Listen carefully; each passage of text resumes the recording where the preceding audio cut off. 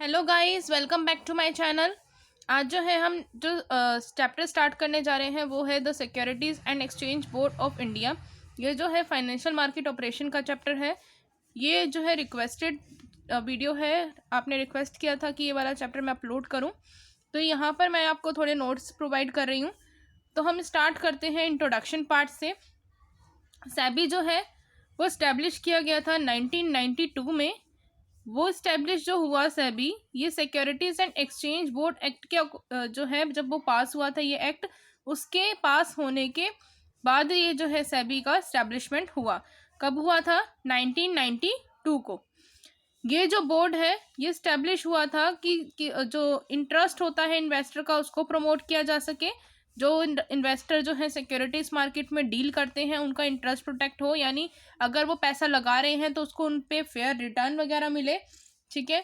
और to promote the development and regulation of securities market, जो development हो रही है या जो रेगुलेशंस वगैरह हैं इनके डेवलपमेंट के लिए, सिक्योरिटीज मार्केट को एक्चुअली में डेवलप करने के लिए इसका जो है एस्टेब्लिशमेंट हुआ था।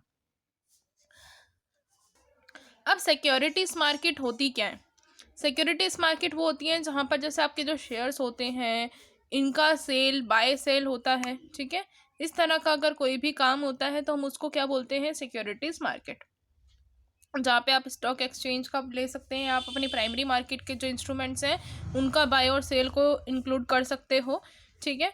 तो जो भी हम सिक्योरिटीज़ मार्केट में शेयर्स के या जो सिक्योरिटीज़ होती हैं उनके लिए जो हम बाय और सेल वगैरह करते हैं, ट्रेडिंग करते हैं उन बिजनेस के अंदर, तो उनको हम सिक्योरिटीज़ मार्केट का नाम देते हैं, ठीक है। अब इसके बाद एप्लीकेबिलिटी और स्कोप, ये जो है सिक्योरिटीज़ बोर्ड ऑफ एक्सचेंज, ये जो है कब कहाँ पर कितना स्कोप है इसका? ये जो है पूरे होल ऑफ इंडिया में इसका स्कोप है, ये हर जगह पर फैला हुआ है। उसके बाद है ऑब्जेक्टिव्स ऑफ द बोर्ड। इस बोर्ड के क्या ऑब्जेक्टिव्स हैं? एज पर SEBI act the objectives of the establishment of SEBI are to protect the interest of the investors in securities. Securities में इन्वेस्टर्स के इंटरेस्ट को प्रोटेक्ट करना और डेवलपमेंट और जो है डेवलपमेंट को प्रमोट करना, रेगुलेट करना सिक्योरिटी मार्केट को फॉर मैटर्स कनेक्टेड देयरविद और इंसिडेंशियल देयरविद। किसी भी तरह से अगर मैटर जो है सिक्योरिटीज मार्केट से कनेक्टेड है तो उन सिक्योरिटीज मार्केट्स के जो मैटर्स हैं उनको उनमें डील करना, ठीक है। और सिक्योरिटीज मार्केट को ढंग से रेगुलेट करना कि जिसकी वजह से अगर कोई स्मॉल इन्वेस्टर है तो वो भी इन्वेस्ट कर सके। हमारे जो सिक्योरिटीज मार्केट होती है ना, सिक्योरिटीज मार्केट, इसमें जो इन्वेस्टर्स होते हैं वो भी आपके डिफरेंट टाइप्स के होते हैं, ठीक है। अब मैं मान लेती हूँ मेरे पास एक ए इन्वेस्टर आया, एक बी इन्वेस्टर आया, मैं कोई ब्रोकर हूँ, मेरे पास ये दो इन्वेस्टर्स आए हैं, ठीक है। ये वाला पर्सन कहता है कि मैं महीने में 3,000 रुपये पे करूँगा, ठीक है, और उस पर मुझे आप सिक्योरिटीज़ लेके देना, और सिक्योरिटीज़ ऐसी होनी चाहिए जिसमें ज़्यादा रिस्क ना हो, रिस्क फ्री सिक्योरिटीज़ हो, ठीक है। दूसरा पर्सन कहता है मैं 10,000 लगा सकता हूँ और मेरे को अगर आप सिक्योरिटीज़ देते हैं तो चाहे रिस्क हो, रिस्क फैक्टर भी अवेलेबल हो, लेकिन इसका जो प्राइसेस होने चाहिए वो कैसे होने चाहिए?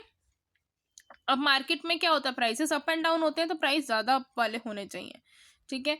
कभी तो वो अप भी हो सकते हैं, कभी वो डाउन भी हो सकते हैं, यानी उसको लॉस भी हो सकता है और उसको गेन भी हो सकता है। लेकिन ये कहते हैं कि मैं रिस्क फैक्टर नहीं उठाना चाहता, रिस्क फ्री वाला चाहता हूँ, मुझे जो है प्राइजेस या जो मेरा बेनिफिट है वो मुझे मिले। अब इसको जो बेनिफिट मिलेगा, जब वो रिस्क भी नहीं उठा रहा, तो किस तरह से मिलेगा?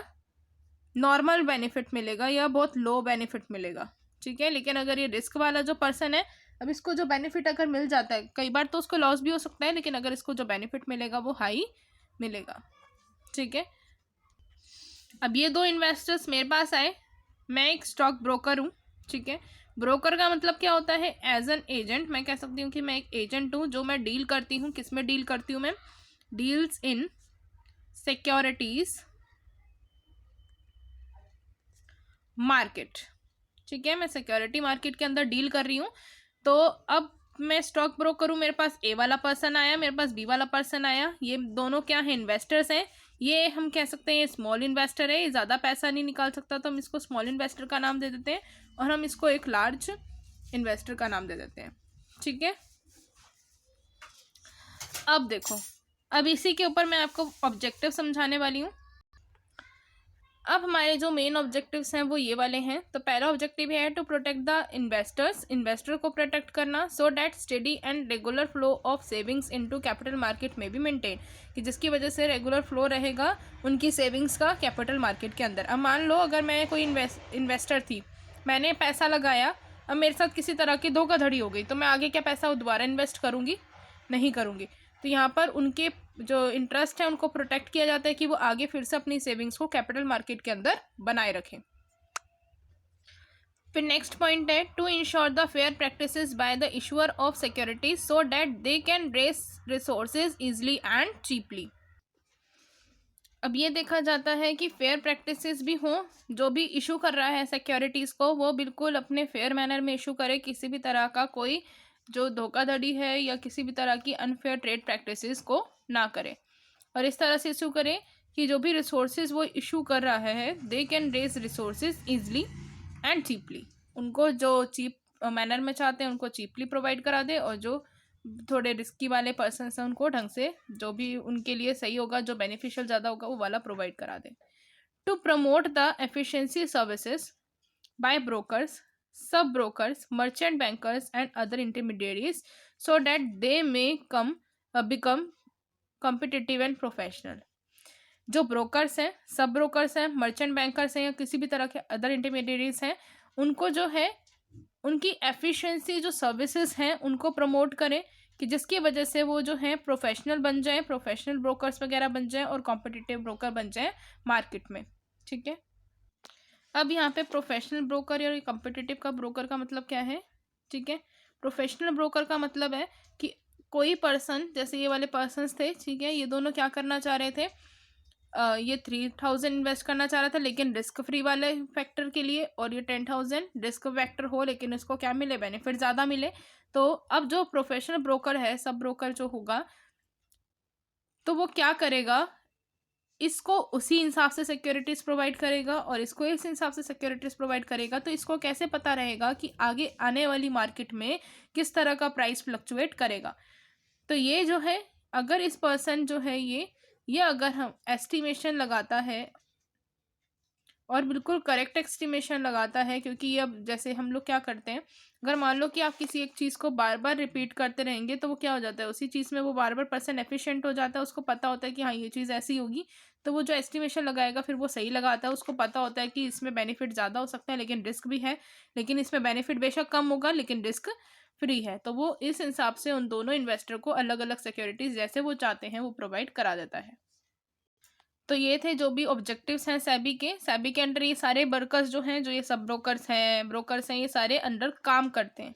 ठीक है, इनकी हेल्प से सेबी जो है क्या करता है, सारे इन्वेस्टर्स की जो भी प्रोटेक्शन है वो कर पाता है, उनको प्रोटेक्ट करता है इन लोगों से भी, क्योंकि ये भी कहीं ना कहीं धोखाधड़ी कर सकते हैं। उसके बाद क्या है, मैनेजमेंट ऑफ बोर्ड की मैनेजमेंट के लिए 4 हम बात कहेंगे। एक तो आ जाएगा फॉर्मेशन ऑफ बोर्ड, की बोर्ड का फॉर्मेशन कैसे होगा, क्या क्या टर्म्स एंड कंडीशंस होंगी सर्विसेज की, अगर किसी मेंबर को ऑफिस से रिमूव करना है तो क्या टर्म्स कंडीशंस हैं, कोई मीटिंग वगैरह अगर अरेंज करनी है तो क्या टर्म्स एंड कंडीशंस हैं। Formation of board, the board shawl consist of the following members namely a chairman. एक बोर्ड में कौन कौन पर्सन इन्वॉल्व हो सकते हैं, एक चेयरमैन, 2 मेंबर जो कि ऑफिशियल जो है सेंट्रल गवर्नमेंट के अंडर ऑफिशियल हों और किस में डील करते हों, उनके फाइनेंस के अंदर डील करते हों। ठीक है, सेंट्रल गवर्नमेंट के ही मेंबर्स वगैरह कह सकते हो, मिनिस्ट्री के मेंबर्स हों। और उसके बाद एक मेंबर जो है वो होगा रिजर्व बैंक का ऑफिशियल पर्सन, और एक 5 मेंबर्स जो हैं जिसमें से 3 जो मेंबर्स होंगे वो होल टाइम मेंबर्स होंगे जो कि सेंट्रल गवर्नमेंट अपॉइंट करेगा। फिर नेक्स्ट है terms of office and conditions of service, the terms of office and conditions of service of the chairman and members appointed by the central government में be prescribed. जिस हिसाब से उन्होंने central government ने अपनी प्रिस्क्रिप्शन में लिखा होगा उनको वही टर्म्स एंड कंडीशंस फॉलो करनी होगी जो कि चेयरमैन या फिर मेंबर्स हैं सेंट्रल गवर्नमेंट के। ठीक है, और जो अपॉइंटमेंट है उसको टर्मिनेट किया जा सकता है एट एनी टाइम, कभी भी, before the expiry of the prescribe period, prescribe period की एक्सपायरी होने से पहले, जो कि प्रिस्क्राइब पीरियड क्या है, 3 मंथ नोटिस। अगर उनको किसी भी तरह से टर्मिनेट करना है उनकी अपॉइंटमेंट को तो वो क्या कर सकते हैं, 3 महीने तक तो अपॉइंट कर सकते हैं। उसके बाद अगर not less than 3 months, 3 month तक तो वो अपॉइंट करके रखेंगे, लेकिन जैसे ही 3 मंथ कंप्लीट हो जाएंगे तो उनके बाद उसको टर्मिनेशन मिल सकता है। उसके बाद है removal of member of office. The central government shall remove a member if he is or at any time has been declared as an insolvent. किसी भी तरह से अगर किसी भी मेंबर को रिमूव करना चाहते हैं, और अगर कब रिमूव कर सकते हो, अगर वो किसी भी तरह से किसी भी टाइम इंसॉल्वेंट डिक्लेयर हो जाए, यानी दिवालिया घोषित हो जाए, तो आप उसको रिमूव कर सकते हैं। अनसाउंड माइंड का डिक्लेयर हो जाए कोर्ट के द्वारा, तो भी आप उसको रिमूव कर सकते हो। और अगर अब वो जो है किसी उसने जो है लॉ को तोड़ा है, मॉरल ट्रिब्यूट किया है, अगर वहाँ पर पकड़ा जाता है तो भी आप उस मेंबर को रिमूव कर सकते हैं। और है so abused his position as to render his continuation in office detrimental to public interest. अगर मान लो उसने अपनी पोजीशन का गलत यूज़ करा है, और अब वो अगर जिस हिसाब से उसने यूज़ करा है, तो उसकी अगर हम सर्विसेज कंटिन्यू रखें तो जो है पब्लिक इंटरेस्ट को हार्म कर सकता है, उस केस में भी आप जो है उसको रिमूव कर सकते हैं। फिर आता है meetings. The board shall meet at such time and place as may be prescribe by the regulations. Board की मीटिंग वहीं पर ही जो है रखी जाएगी जहां पर उन्होंने जिस भी अपनी जो रेगुलेशंस है उसमें प्रिस्क्राइब कर रखा है कि क्या प्लेस होगा, क्या किस टाइम पर मीटिंग्स होंगी, तो उसी हिसाब से मीटिंग को कंडक्ट किया जाएगा। फिर है decisions at the meeting are to be made by a majority vote of the members present. जो भी मेंबर्स वहाँ पर प्रेजेंट हैं उनकी जो मेजोरिटी वोट होंगे उसके हिसाब से भी मीटिंग का डिसीजन लिया जा सकता है। मान लीजिए किसी मेंबर ने बोला कि हम 10 बजे मिलेंगे, और कुछ मेंबर्स कह रहे हैं हम 12 बजे मिलेंगे, ठीक है। तो अब ये देखा जाएगा कि किसकी मेजोरिटी ज़्यादा है। जिसकी भी मेजोरिटी ज़्यादा होगी उसको उसी डिसीजन को एक्सेप्ट कर लिया जाएगा। फिर नेक्स्ट है functions and powers of the board. क्या क्या फंक्शंस जो है बोर्ड परफॉर्म करता है या क्या पावर्स उसको मिली हुई हैं। तो पहली है regulating the business in stock exchanges and any other security market. Business जो है स्टॉक एक्सचेंजेस का उसको रेगुलेट करना, या किसी भी अदर तरह की सिक्योरिटी मार्केट है तो उसको रेगुलेट करना बोर्ड का काम है, यानी सेबी का काम है। यहाँ पे जब भी हम बोर्ड का नाम लेंगे तो आप कह सकते हैं वो सेबी है, ठीक है। फिर है registering and regulating the working of stock brokers, merchant bankers, under writers, portfolio managers. ये जितने भी इनके वर्क्स होते हैं इनको मैनेज करता है, इनके रजिस्ट्रेशन पर ध्यान देता है और इनको रेगुलेट करता है कि ये किस तरह से काम कर रहे हैं। इनके लिए इन्होंने अलग से रूल्स एंड रेगुलेशंस बना रखे हैं कि उन्हीं रूल्स और रेगुलेशंस के चलते ही इनको काम करना होता है। फिर है अगर कोई स्टॉक ब्रोकर भी है ना तो उसको भी अपना रजिस्ट्रेशन कराना पड़ता है। ये सारे पर्सन्स को अपना रजिस्ट्रेशन कराना पड़ता है सेबी के पास, ठीक है। उसके बाद है promoting and regulating self regulatory organisation. Self regulatory organisation को प्रमोट करता है और उसको भी रेगुलेट करने का काम करता है। उसके बाद है prohibiting fraudulent and unfair trade practices relating to securities market. अगर किसी भी तरह की सिक्योरिटी मार्केट में फ्रॉडुलेंट या अनफेयर ट्रेड प्रैक्टिसेस हुई है तो उसको प्रोहिबिट करता है। प्रोहिबिट करने का मतलब है ध्यान रखता है कि किसी भी तरह की इस तरह से जो है अनफेयर ट्रेड प्रैक्टिसेस ना हो, किसी भी तरह का फ्रॉड ना हो। फिर है prohibiting insider trading in securities. Insider trading जो होती है सिक्योरिटीज के अंदर उसको भी रोकता है। Regulating substantial acquisition of shares and take over of companies. अब यहाँ पर क्या है, अगर कोई कंपनी टेक ओवर हो रही है या किसी के शेयर को पूरा की पूरी तरह एक्वायर किया जा रहा है तो उसको भी रेगुलेट करेगा, ध्यान रखेगा कि किस तरह से ये सारा प्रोसेस हो रहा है, कि प्रोसेस वाइज जो भी रूल्स वगैरह दिए हुए हैं, टर्म्स एंड कंडीशंस दी हुई हैं उसके अकॉर्डिंग हो रहा है या नहीं हो रहा है।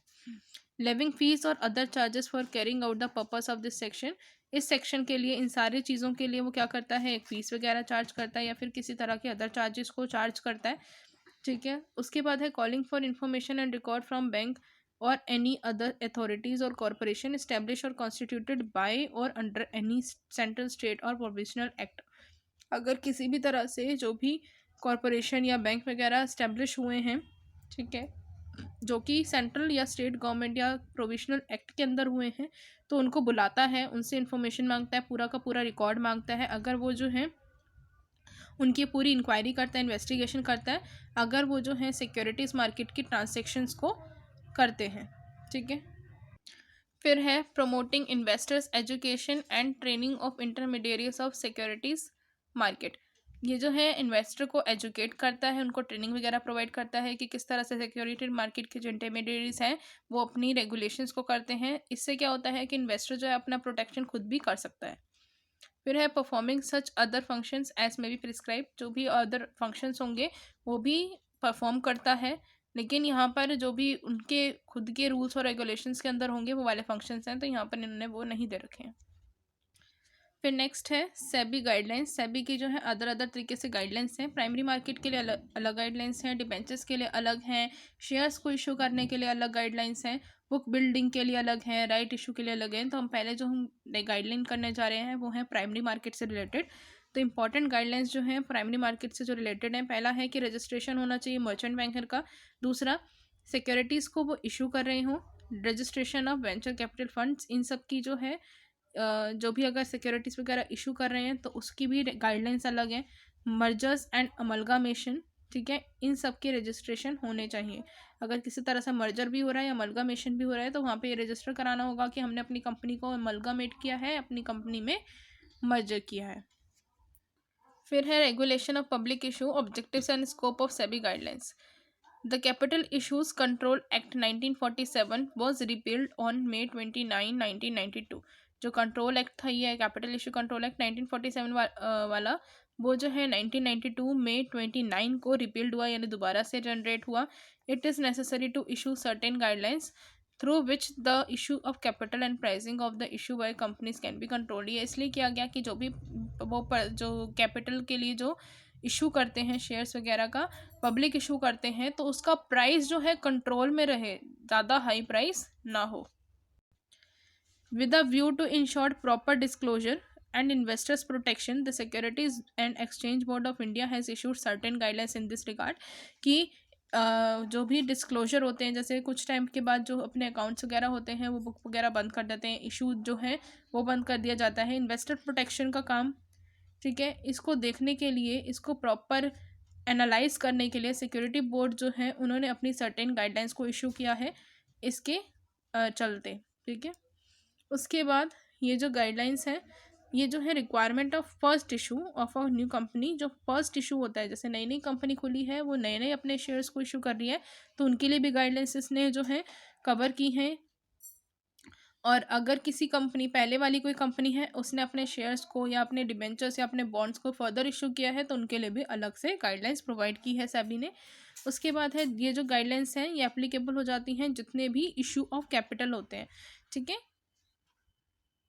सो वो मेन जनरल गाइडलाइंस क्या है? Subscription list. एज पर the SEBI guideline, subscription list for public issue should be kept open for 3 working days. जो सब्सक्रिप्शन लिस्ट जो होती है वो 3 वर्किंग डेज तक ओपन रहती है और फिर बाद में इसको डिस्क्लोज कर दिया जाता है। लेकिन ये सारी जो भी इन्फॉर्मेशन यहाँ पे बताई जाती है कि कितने वर्किंग डेज के लिए ओपन रहेगी, कितने टाइम पीरियड के बाद डिस्क्लोज हो जाएगी, सारी की सारी प्रोस्पेक्टस में लिखी होती है कंपनी की। उसके बाद in case of right issue, right issue के केस में ये जो है ओपन रहती हैं 60 डेज तक, 60 डेज से ज़्यादा टाइम तक ओपन नहीं रह सकती हैं। उसके बाद announcement of the closure of issue should be made only after 90% has been subscribe. जो क्लोजर की अनाउंसमेंट होती है इशू की कि हम बंद करने वाले हैं, तो वो तभी आप अनाउंसमेंट कर सकते हैं कि कोई भी कंपनी तभी कर सकती है जब उसका 90% जो है सब्सक्राइब हो चुका है उसके कैपिटल का, तभी वो जो है अनाउंसमेंट करेगी, अदरवाइज नहीं करेगी। The gap between the closure dates of various issues should not exceed 30 days। जो क्लोजर डेट्स का जो गैप होता है वो 30 दिन तक होना चाहिए, उससे ज़्यादा का नहीं होना चाहिए। उसके बाद है minimum number of shares and application money. In case public issue at a par, the minimum number of shares for which the application is to be made should be fixed at 200 shares of the face value of 10 lakh. यानी 200 shares issue करे और जिसकी face value क्या हो, 10 लाख रुपए हो, इतना तक ही वो इशू कर सकती है मिनिमम नंबर ऑफ शेयर्स को। At the case of public, जब इशू कब कर रहे हैं? पार पर इशू कर रहे हैं। फिर नेक्स्ट है the minimum application money to be paid should not be less than 25% of the issue price. Issue price का 25% तक आपने जो है एप्लीकेशन मनी जो है पे करना है, उससे कम नहीं होना चाहिए। फिर है where the issue is at premium. अगर प्रीमियम पर इशू हो रहा है तो जो डिबेंचर और comprises of debenture, whether convertible और नॉन कन्वर्टेबल, अगर ये डिबेंचर से रिलेटेड है तो चाहे कन्वर्टेबल हो चाहे नॉन कन्वर्टेबल हो, तो जो अमाउंट पे किया जाएगा एप्लीकेशन मनी के टाइम पर वो 5,000 से ज़्यादा का नहीं होना चाहिए।